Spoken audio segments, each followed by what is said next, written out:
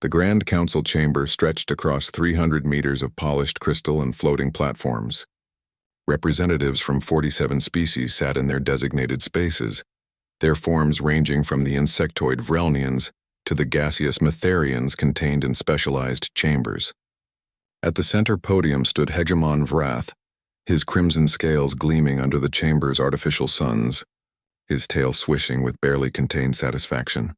"The human question must be resolved today," Vrath declared, his voice amplified across the vast space. "For too long we have watched these newcomers expand without restraint. They claim territories that border our sovereign systems. They refuse to acknowledge our historical rights to the outer band colonies." Ambassador Kalara shifted in her seat, her forearms folding in a gesture of deep concern. She had served in the Confederacy for 60 cycles, longer than most species present had held membership. Her compound eyes could see the political currents flowing through the chamber, and she did not like what she observed. "The Hegemon speaks of historical rights," Kalara said, activating her own speaking platform. "But the territories in question were unclaimed for 3,000 cycles. The humans have followed every protocol for colonial expansion.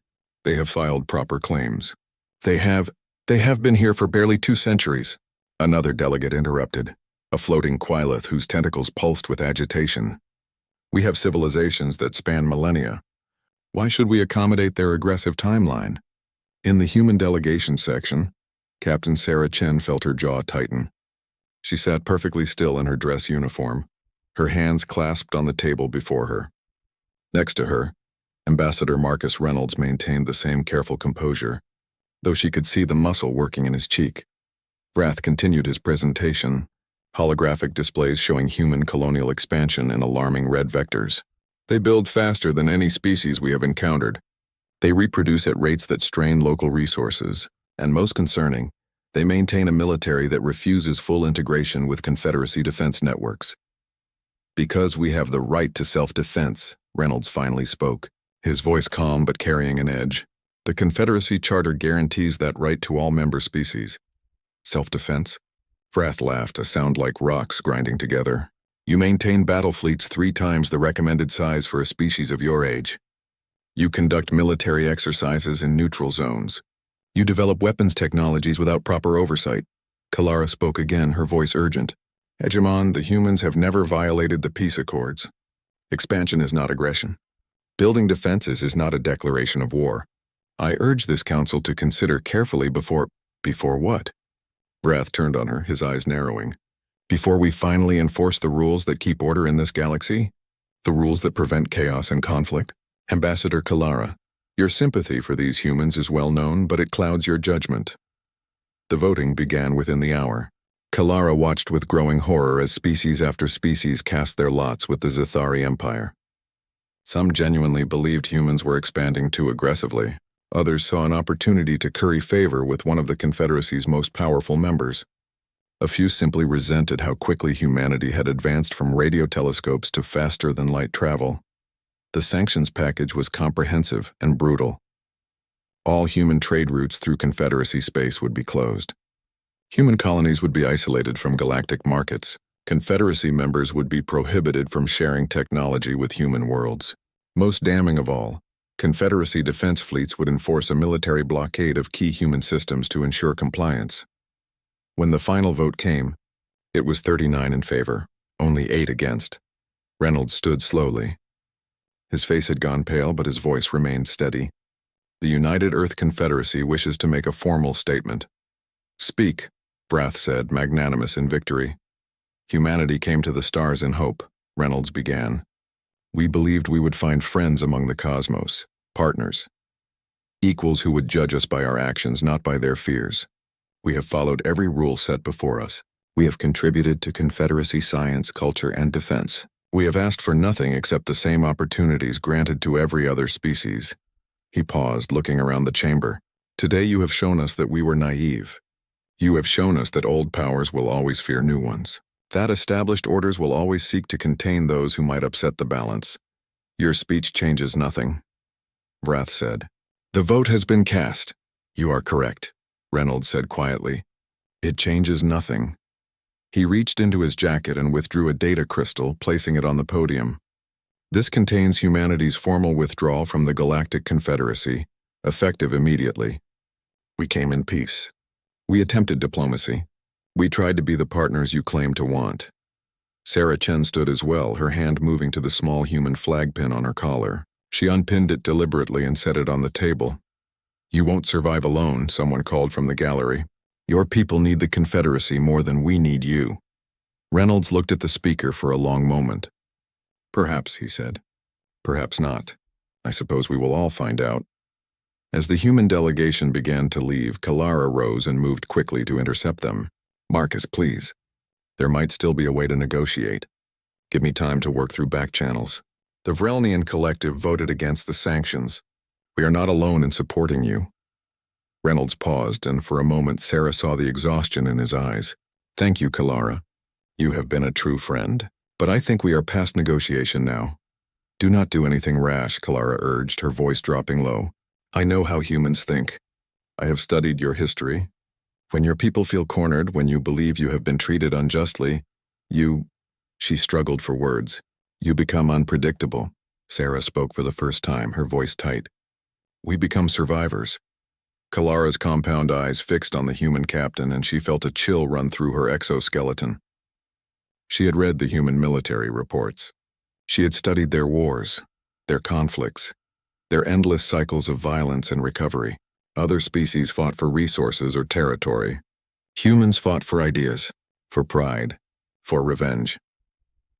As the human delegation departed, Kalara turned back to the council chamber. Vrath was already celebrating with his supporters, discussing how to divide human territories once the blockade forced them to submission. The Quillith representative was calculating trade advantages. Others were simply relieved to have the human problem resolved.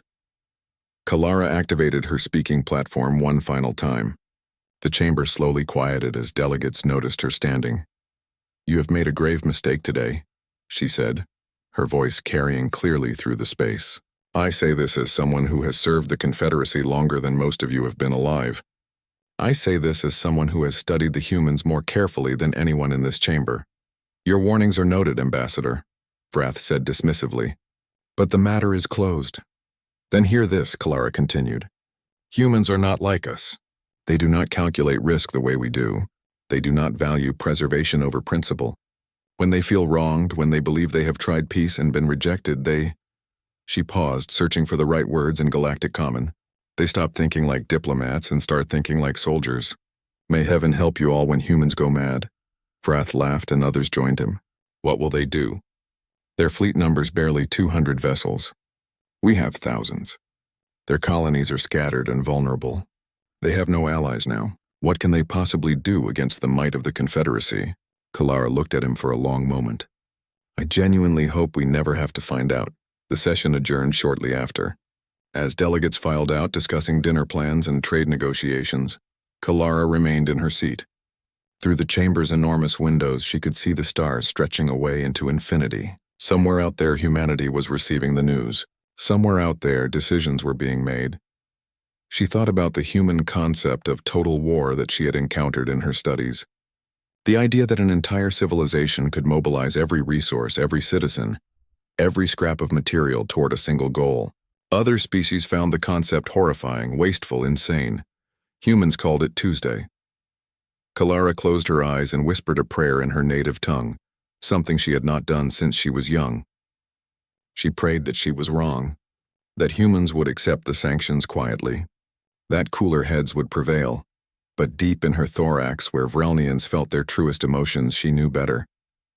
The madness was coming.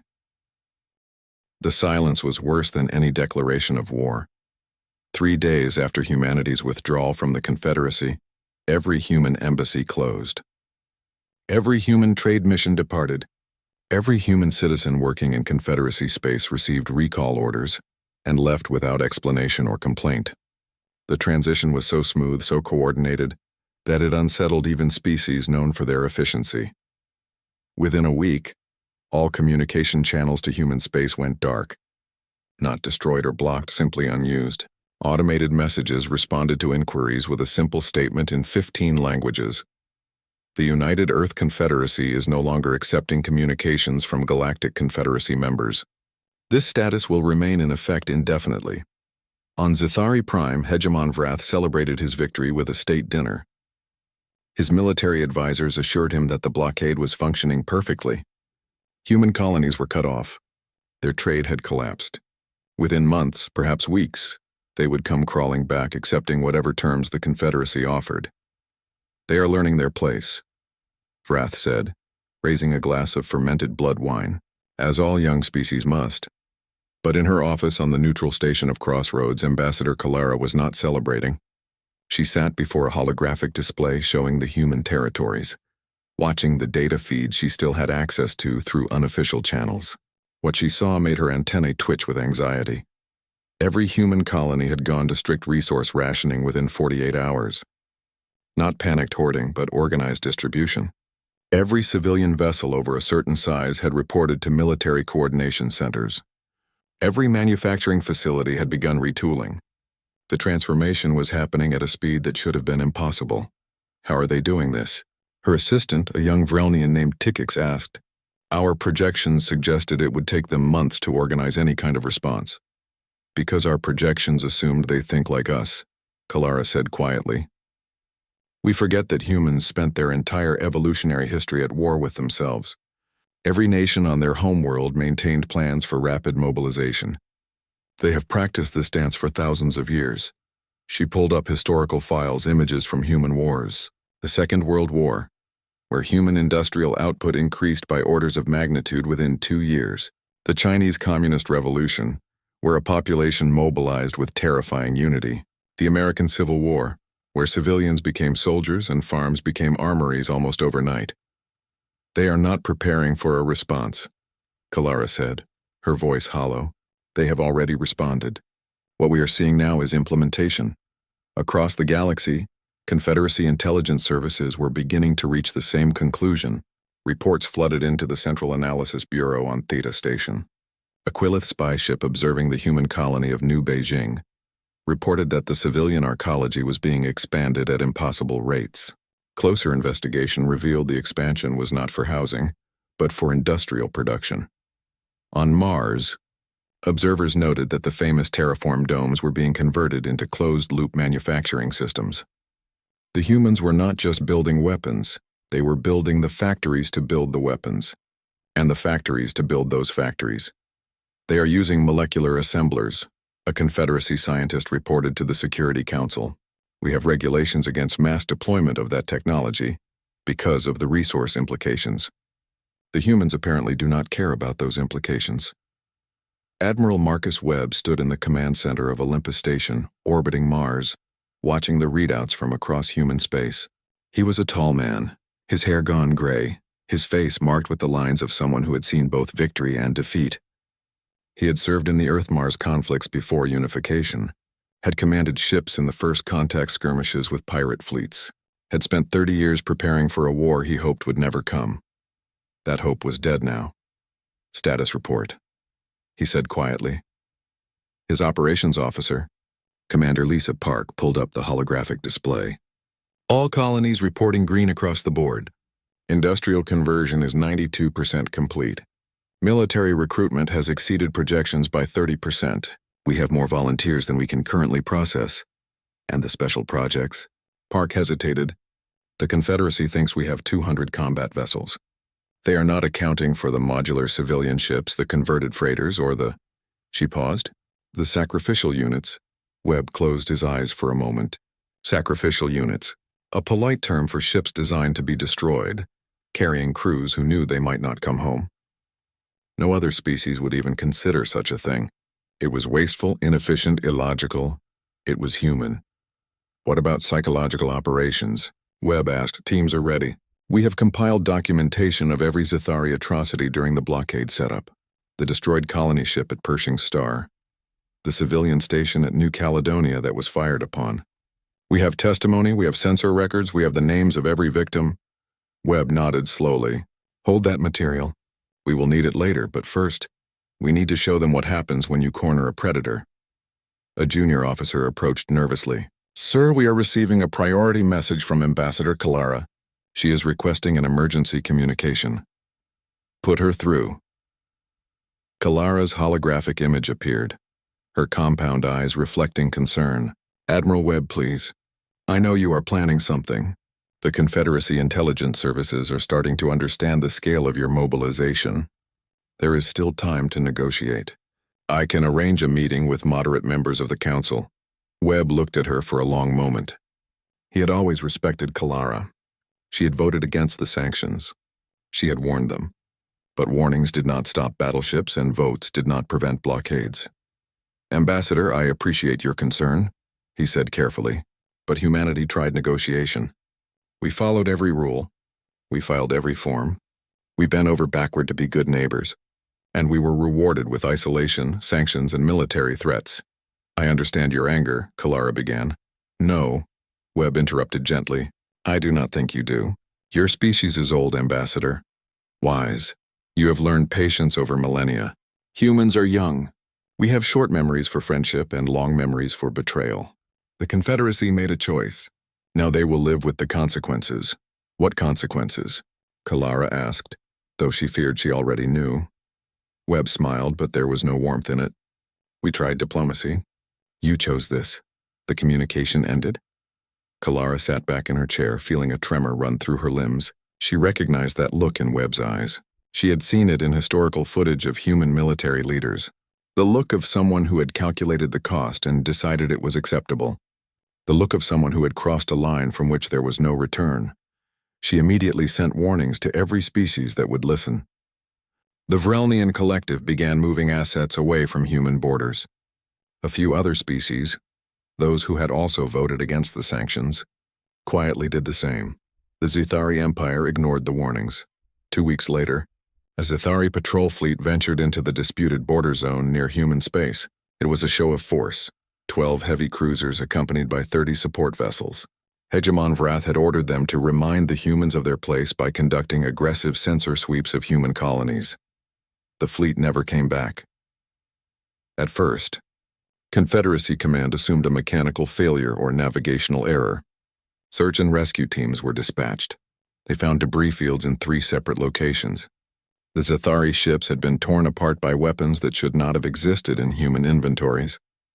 Relativistic kinetic weapons, nano-disassemblers, and stranger things that the salvage teams could not identify. There were no survivors. No transmissions. No warning shots. The human response had been absolute. Vrath's reaction was predictable.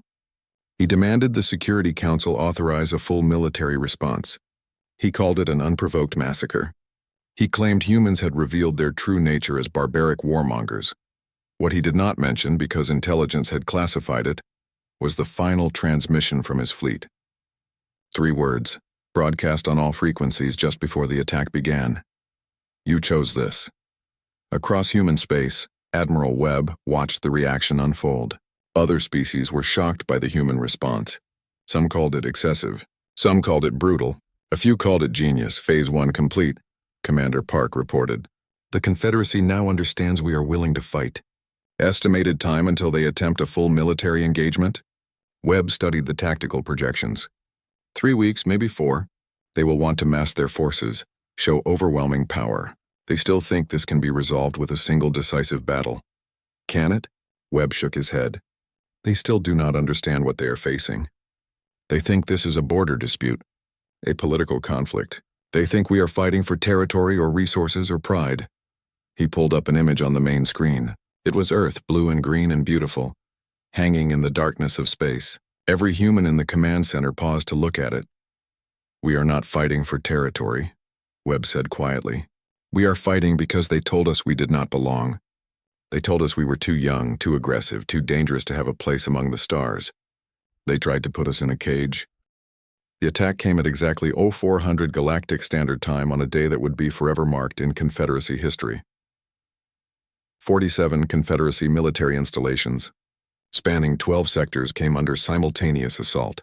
Not sequential attacks, not staggered strikes, but perfectly coordinated strikes within the same 60-second window. The precision was something the Confederacy had thought impossible. Their own military doctrine taught that coordinating more than 12 targets simultaneously led to communication delays and tactical errors. Humans had hit 47. At Outpost Meridian, a Confederacy listening station on the edge of neutral space. Commander Thick-7 of the Quillith species was the first to sound the alarm. His sensory tentacles detected the human attack fleet 3 seconds before the first missiles impacted. It was not enough time. The station's shields collapsed under a barrage of weapons that seemed designed specifically to counter Quillith defensive technology. Kinetic penetrators followed by electromagnetic pulse weapons, then nano-disassemblers that literally took apart the station's hull molecule by molecule. The crew had barely reached the escape pods when the station broke apart. Thick-7 survived. He would later testify that the human attack was not random destruction, but surgical precision. They had targeted only military installations, avoided civilian areas, and even transmitted escape vectors to crew members. They were not trying to cause maximum casualties. They were sending a message. They wanted us to know they could have killed us all, Thick-7 told the investigative committee, but they chose not to. The mercy was somehow worse than the violence. At Confederacy Command on Theta Station, the tactical display lit up like a festival celebration. Red icons appeared across the map as installation after installation reported attacks. Admiral Korvax, a 4-armed Methian who had served in 3 previous conflicts, stared at the display in disbelief. "How is this possible?" he demanded. "Our intelligence report said they had 200 ships maximum. This requires at least 500 vessels, perfect coordination and sensor technology better than anything in our inventory." His intelligence officer, a nervous Vrelnian, pulled up the analysis. "Sir, the humans appear to be using autonomous attack drones in concert with manned vessels. Each drone is controlled by artificial intelligence that operates independently, but coordinates through quantum-linked networks. It is a force multiplier we did not anticipate. We have regulations against combat AI," Korvax said. "The humans do not care about our regulations anymore." "Sir, the second wave of attacks came 3 days later.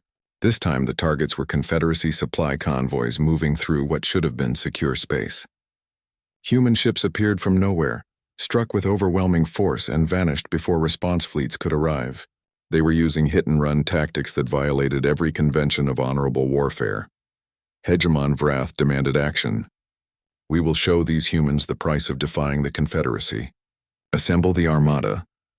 The Zethari Armada was the pride of the Empire, 300 capital ships supported by 1,000 smaller vessels. It was a fleet designed to crush any opponent through sheer overwhelming force. Vrath himself would lead them, eager to personally deliver humanity's defeat. Admiral Webb watched the Armada's approach from his command ship, the UECS Determination. His tactical officer was reviewing the intelligence reports with growing concern. "Sir, that is a lot of firepower. Even with our preparations, a direct engagement would be costly." "Then we will not engage directly," Webb said calmly. "Commander Park, status on Operation Nebula?" Park smiled grimly. "All assets in position, sir." "The Armada is following the projected course. They will reach the Horsehead Nebula in 6 hours." Webb nodded. The Horsehead Nebula was a dense stellar formation that played havoc with sensors and communications. The Confederacy fleet, confident in their numbers, would see it as merely an obstacle to navigate around or through. What they did not know was that humanity had spent the last 3 weeks seeding the nebula with antimatter mines, each one placed with surgical precision along likely approach vectors. "Rules of engagement?" Park asked. Webb's face was grim. "We evacuate our crews to stealth transports. The manned ships go in on autopilot, make them think we are making a desperate last stand. Sir, that's 40 ships. 40 crews we are telling to abandon their vessels. 40 ships is a small price to pay for taking down the Armada," Webb said, "and every crew member comes home alive. The Confederacy thinks we fight like they do, with caution and preservation of resources. We need to show them that humans value lives but consider materials expendable." 6 hours later, the Zethari Armada entered the Horsehead Nebula in pursuit of what appeared to be a fleeing human fleet. Vrath watched with satisfaction as the human ships seemed to realize they were trapped, turning to make a final stand. "All ships weapons free," Vrath commanded. "Show no mercy. Let the humans learn the cost of defiance." The battle was brief and catastrophic, but not in the way Vrath expected.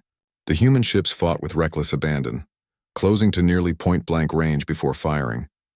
It was suicide tactics, and the Zethari initially thought they were witnessing human desperation. Then the antimatter mines began detonating. The explosions tore through the nebula, each blast feeding into the next, creating a chain reaction of unimaginable scale. Vrath had just enough time to realize what was happening before his flagship was consumed in nuclear fire. Of the 1,300 vessels that entered the nebula, fewer than 200 limped out, many so damaged they had to be scuttled later. The human ships were destroyed. Yes, but when Confederacy investigators examined the wreckage, they made a horrifying discovery. The ships had been on autopilot. Every human crew had evacuated to stealth transports that were already halfway back to friendly space. The humans had sacrificed 40 ships to destroy an armada. Across Confederacy space, the other species watched in horror. The Quilith Collective called emergency sessions to discuss the implications. The Vrelnian philosophers wrote essays on the human concept of acceptable losses. The Methian empaths reported widespread psychological distress from merely contemplating such tactics. But Admiral Webb was not finished. Phase 3 began immediately. Humanity released the documentation of Zithari atrocities during the blockade. The destroyed colony ship at Pershing Star, filled with civilian families. The civilian station at New Caledonia, fired upon without warning. The trade convoy massacred in neutral space. Every death was documented with names, faces, families. The propaganda campaign was devastating. Humans did not just release information. They told stories. They showed children who would never grow up. They showed parents who lost everything. They made the Confederacy see the victims not as statistics but as people, and they asked a simple question. Who are the real barbarians? Public opinion began to shift. Species that had supported the sanctions began to question them. The Vrelnian Collective formally condemned the Zithari actions. Even some Zithari citizens protested their own government. Vrath, from a hospital ship while recovering from injuries sustained in the Nebula battle, tried to maintain control. The humans are manipulating you with emotional appeals. They are showing you weakness and calling it strength. But the damage was done. Confederacy unity was cracking.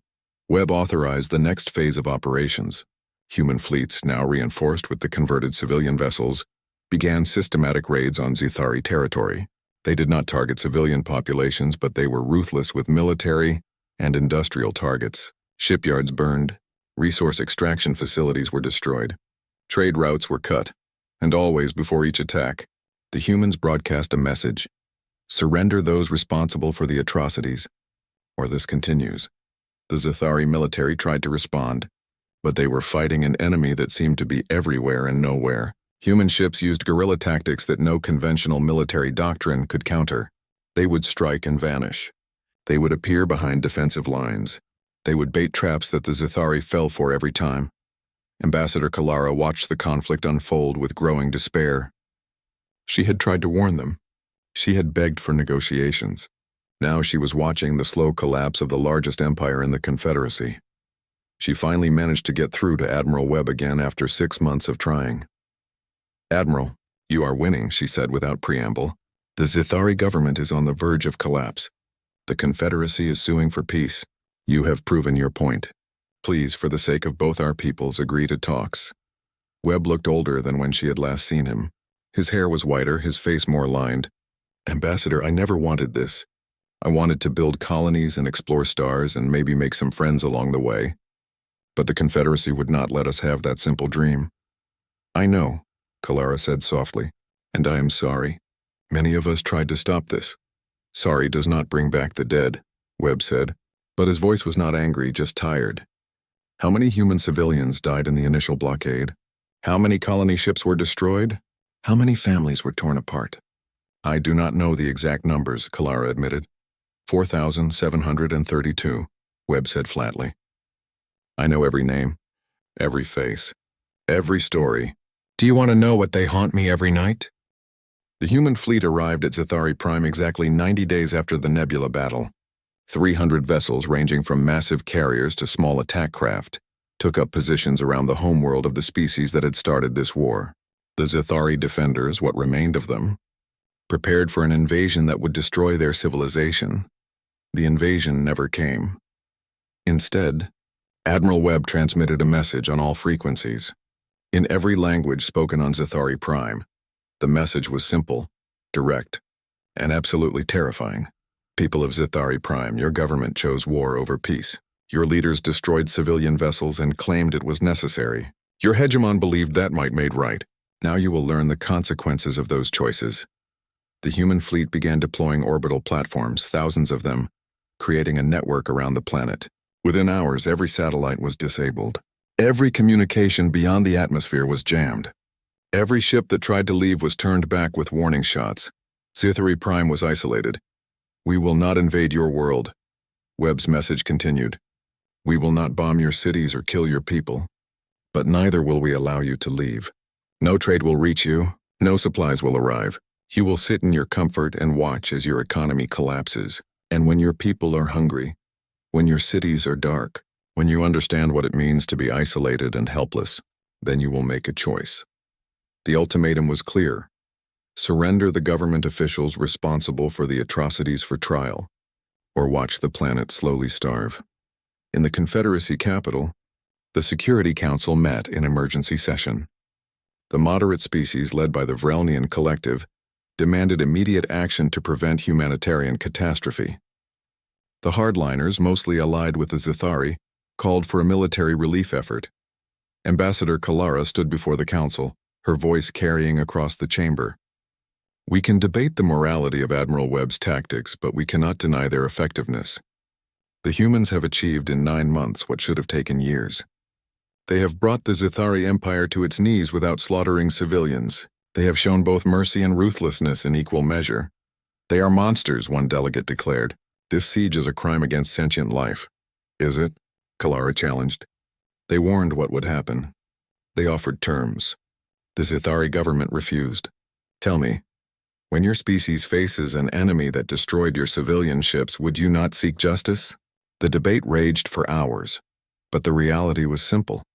The Confederacy could not break the human siege without triggering a full-scale war that would devastate multiple systems. The humans had positioned their fleet in such a way that any military approach would require passing through civilian shipping lanes. They had learned the Confederacy's tactics well. On Zithari Prime itself, the situation was deteriorating rapidly. The planet had always relied heavily on imported food and manufactured goods. Within weeks, rationing began. Within months, protests erupted in major cities. The government tried to maintain order, but their authority was crumbling. In a luxurious bunker deep beneath the capital, former hegemon Vrath watched the chaos unfold on monitors. He had survived the Nebula battle, but lost his position in the aftermath. Now he was a prisoner in all but name, held by his own government as insurance against human demands. His replacement, a younger Zithari named Kelthix, visited him regularly. Unlike Vrath, Kelthix had not wanted this position. He had inherited a disaster. "The council is divided," Kelthix said, his scales dull with stress. "Half want to surrender you for trial. Half want to fight to the end. The people are starving and we cannot decide what to do." Vrath laughed bitterly. "You have already lost.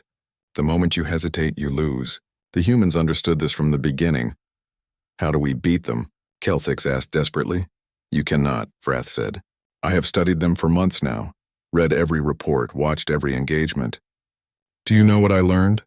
Humans are not like us. When we fight to win. When they fight to make a point, and they will sacrifice everything to make that point. Then what should we do?" Vrath was silent for a long moment. Finally, he said, "Give them what they want. Give them me. Give them anyone they ask for. Because if you do not, they will sit up there until your people eat each other in the streets and they will not blink." Within the blockading fleet, Admiral Webb received reports from his intelligence teams. The surveillance showed growing unrest on Zithari Prime. Food riots were becoming common. The government was losing control of outer provinces. Some cities had already declared themselves independent and were demanding negotiations with humanity. Commander Park approached him with the latest analysis. "Sir, the Zithari government will collapse within 6 weeks if we maintain the blockade. Possibly sooner. Casualties?" Webb asked quietly. Park hesitated. "Projections suggest significant civilian deaths from starvation and related violence. Not from our actions directly, but as a consequence of the siege."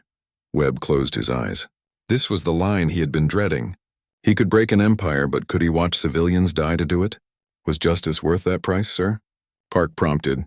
"Contact Ambassador Kalara," Webb said. "Tell her we are ready to negotiate."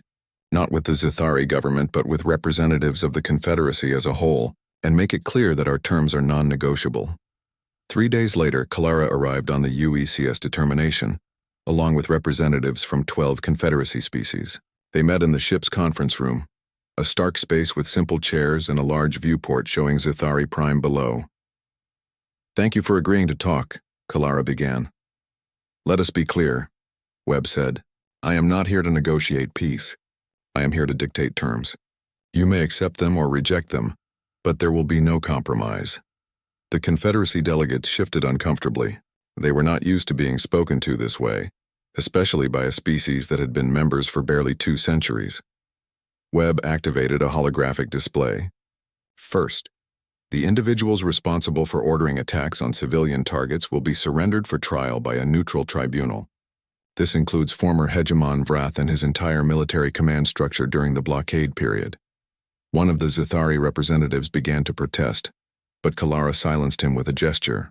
"Continue." Second, the Galactic Confederacy will be restructured. No single species will hold permanent veto power. All decisions affecting member species must be subject to review by smaller species coalitions. "The days of great powers dictating terms are over." "That is impossible," a delegate objected. "The Confederacy has operated this way for millennia." "Then it has operated wrong," Webb said flatly.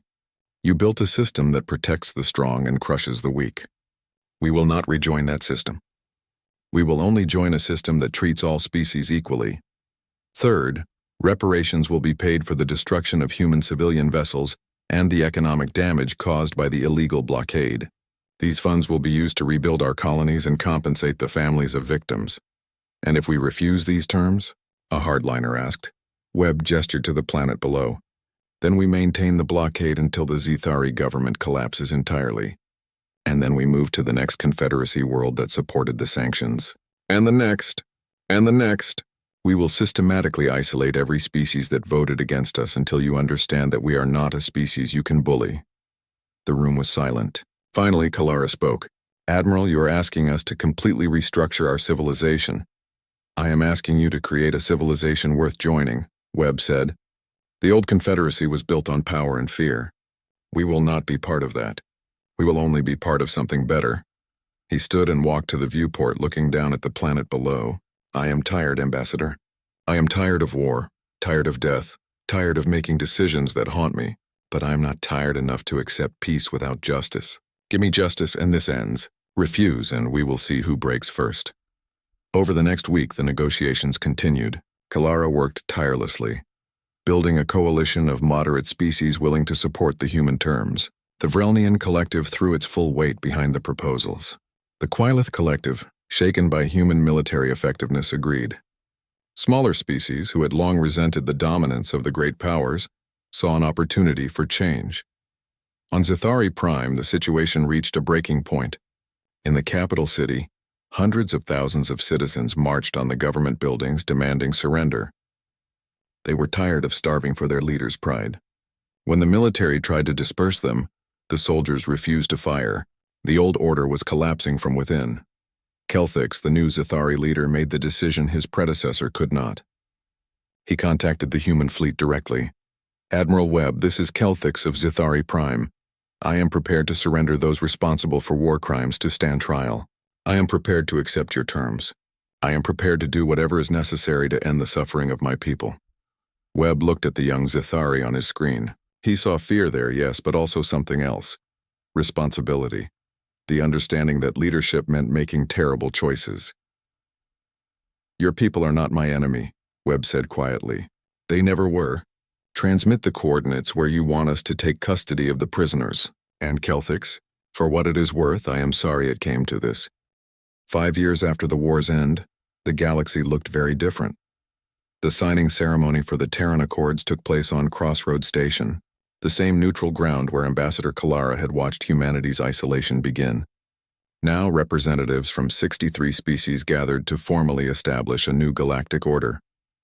The old Confederacy was dead. What rose in its place was something unprecedented.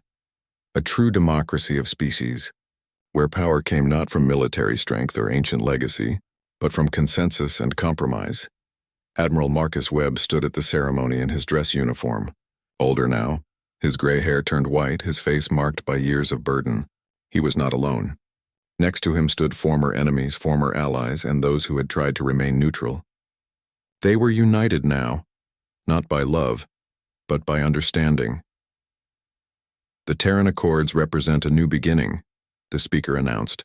A Vrelnian elder who had replaced the previous council leadership. We acknowledge the failures of the past. We commit to building a future where no species faces what humanity faced, where might does not make right, and where the young are not punished for the fears of the old. When it came time for signatures, Webb approached the holographic document. His hand hesitated over the signing field. 5 years had passed, but the weight had not lessened. He thought of the 40 ships sacrificed in the nebula. The blockade of Zithari Prime, the thousands who had died on both sides. He signed anyway. Because the alternative was worse. After the ceremony, Webb found himself on a balcony overlooking the station's observation deck, watching ships from dozens of species come and go in peaceful commerce. A figure approached from behind, scales clicking softly on the metal floor. "Admiral Webb," said a voice he recognized. Kelthix, now the legitimately elected leader of Zithari Prime, approached with careful respect. "May I join you?" Webb gestured to the empty space beside him. They stood in silence for a moment. Two leaders who had been enemies, now something more complicated than friends but less than adversaries. "How is your world recovering?" Webb asked. "Slowly," Kelthix admitted. "The economic damage from the siege will take decades to fully repair. But we are rebuilding, and perhaps building something better than what we had before. The old empire was corrupt, Admiral. It took your war to make us see that." "I am glad some good came from it," Webb said quietly. "Is that true?" Kelthix turned to look at him. "I have studied human philosophy, trying to understand what drives your species. You have a saying, the ends justify the means, and do you believe that?" Webb was quiet for a long time. Finally he said, "No. I believe the means become the ends. We fought with tactics that horrified the galaxy because we told ourselves we had no choice. But every choice we made changed us. We became something we never intended to be. And yet you would do it again." It was not a question. Webb nodded slowly. "Yes, because the alternative was submission. And humans do not submit, even when we should, even when it would be wiser, even when it would save lives. We do not bend. It is both our greatest strength and our greatest flaw." Kelthix considered this. "My predecessor Vrath died in prison last month. Heart failure, the doctor said. But I think it was shame. He spent his final years watching everything he built collapse because he underestimated your species." "I am sorry for your loss," Webb said, and meant it. "Are you? He would have destroyed you if he could." "I know, but I am still sorry. War makes victims of everyone, even the guilty." They stood together watching the stars until Kelthix departed, leaving Webb alone with his thoughts. Across the station, in a diplomatic suite, Ambassador Kalara was preparing for retirement. She had served the Confederacy for 70 cycles, longer than any ambassador in recent history. She had witnessed first contact with humanity, had warned of the coming war, had negotiated the peace. Now at last she could rest. A chime at her door announced a visitor. She was surprised to find General Sarah Chen, the human who had walked out of the council chamber 5 years ago as a captain. Chen wore civilian clothes now, having resigned her commission to pursue diplomacy instead. "Ambassador," Chen said, her voice warm. "I heard you were retiring. I wanted to say goodbye properly." Come in, come in." Kalara gestured with her multiple arms. "I have been meaning to speak with you." They sat in the Vrelnian style on cushions arranged around a low table. Kalara poured a beverage that humans found tolerable, if not pleasant. "I want to apologize," Chen said suddenly. "I was so angry that day in the council. I thought you had all betrayed us, but you were one of the few who tried to stop it." "You are right to be angry," Kalara said. "The council did betray you. We let fear and politics override justice. If I could change the past, I would." "But you cannot," Chen said. "None of us can. We can only learn from it." They talked for hours, sharing stories of the war from both perspectives. Kalara spoke of the terror she felt watching human tactics unfold, the concern that her species might be next. Chen admitted to the psychological toll of the conflict, the nightmares that still came, the faces of enemies she had killed. "Do you know what the hardest part is?" Chen asked. "We won. We got everything we demanded. The galaxy respects us now, fears us even. But I look at what we did. And I wonder if we lost something more important than any treaty could restore. Your innocence, Kalara said softly. You came to the stars as explorers and had to become warriors. That transformation always carries a cost.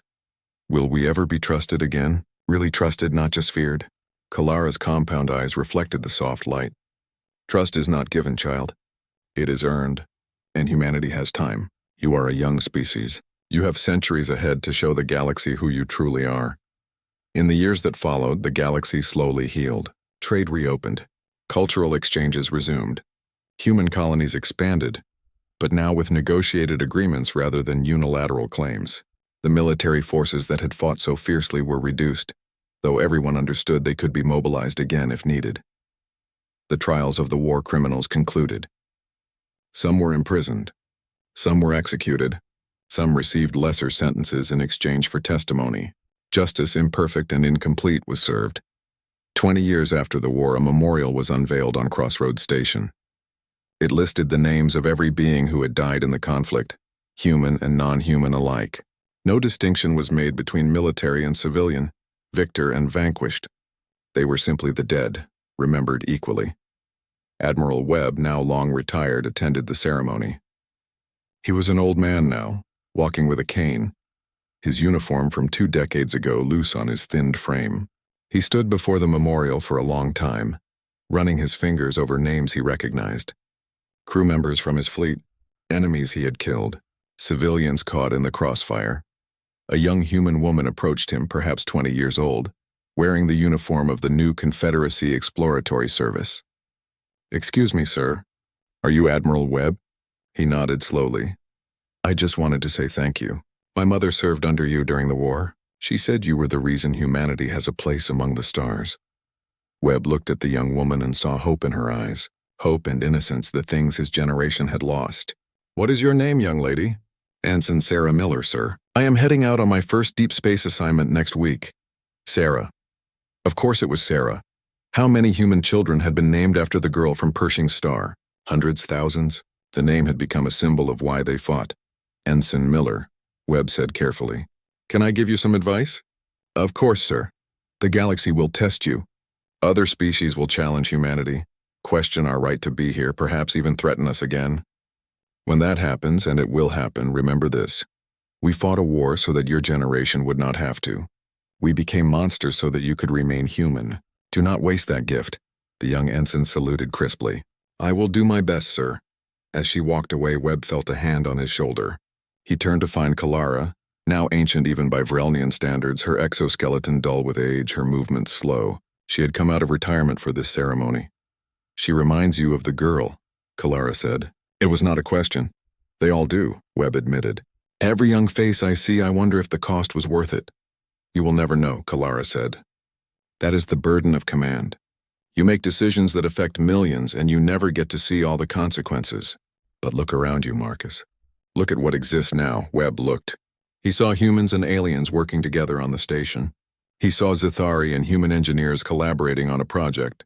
He saw children of multiple species playing together in a common area, their differences forgotten in the simple joy of being young.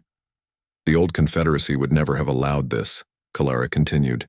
They would have kept species separate, maintained rigid hierarchies, prevented the kind of integration we see now. You did not just win a war, Marcus. You broke a cycle of fear and oppression that had lasted for millennia. At what cost? Webb asked. At great cost, Kalara acknowledged. But perhaps some things are worth the price. Not for us, we who paid it, but for them. She gestured toward the children playing. For the future we will never see. They stood together, two old warriors watching a piece they had helped create, uncertain if they were heroes or villains or simply survivors. Far across the galaxy, on a small colony world, a teacher was conducting a history lesson.